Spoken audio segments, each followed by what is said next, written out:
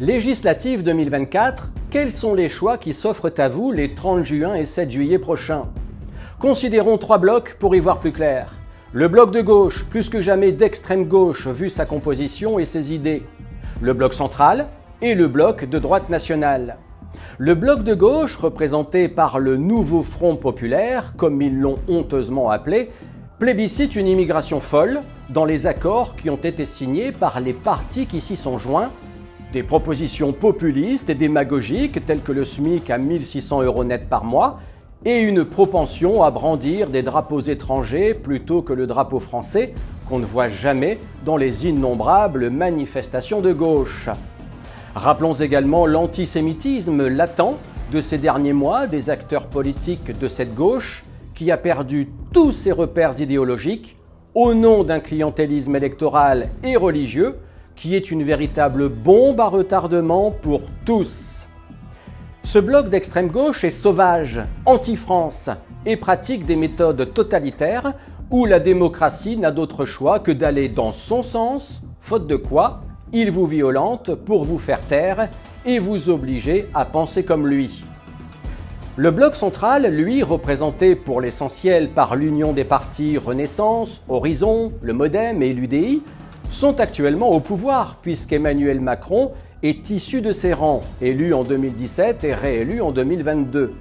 Soulignons d'ailleurs la bien lourde responsabilité de l'électorat manipulable et conditionnable à souhait qui, à force de faire de l'anti-extrême droite, comme il la fantasme, a élu à deux reprises un homme qu'il ne supporte pas et qui nous a mis dans la situation chaotique actuelle. Français, réveillez-vous!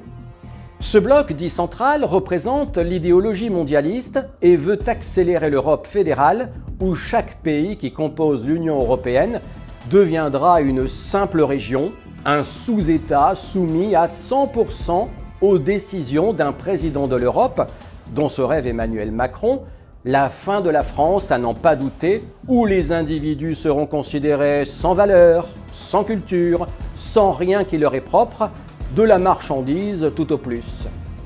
Le vœu de la disparition des nations, de la mondialisation exacerbée et l'abandon des cultures, des valeurs, des héritages nationaux, etc.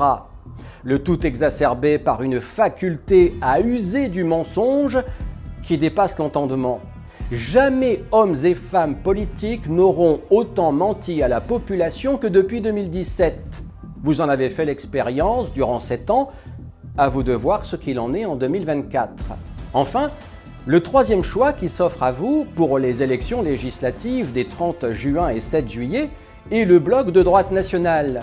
Un désir de revenir sur le fait que la France n'est pas la serpillière du monde, qu'elle est grande et fière, une envie de corriger les préoccupations des Français que sont le pouvoir d'achat, l'immigration et l'insécurité, dont le lien est désormais indéniable.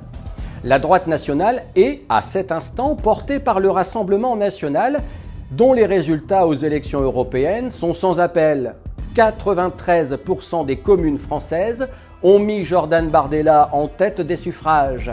Il est encore temps de sauver la France, et si les états-majors politiques de droite font la démonstration que l'union des droites est ardue, c'est à la base électorale de se retrouver et de démontrer le souhait qui est le sien en soutenant les candidatures à la députation sous les couleurs RN ou LR-RN. Nous n'avons pas le droit de diluer nos bulletins de vote à un moment si crucial pour le pays alors que tout va si mal. Nous n'avons pas le droit de penser aux hommes et aux femmes et aux partis qui sont les leurs, car rien n'est plus grand que la France. Rien. Il faut donner à tout prix une majorité absolue aux députés RN, avec un minimum de 289 élus sur les 577 qui composent l'Assemblée nationale. Les 30 juin et 7 juillet, électeurs de droite, mobilisez-vous autour des candidatures Rassemblement national, et ce, dès le premier tour. Enfin, n'oubliez pas que l'extrême gauche va se mobiliser en masse pour cette élection, autant symbolique que capitale. L'abstention nous est donc interdite. Bon vote!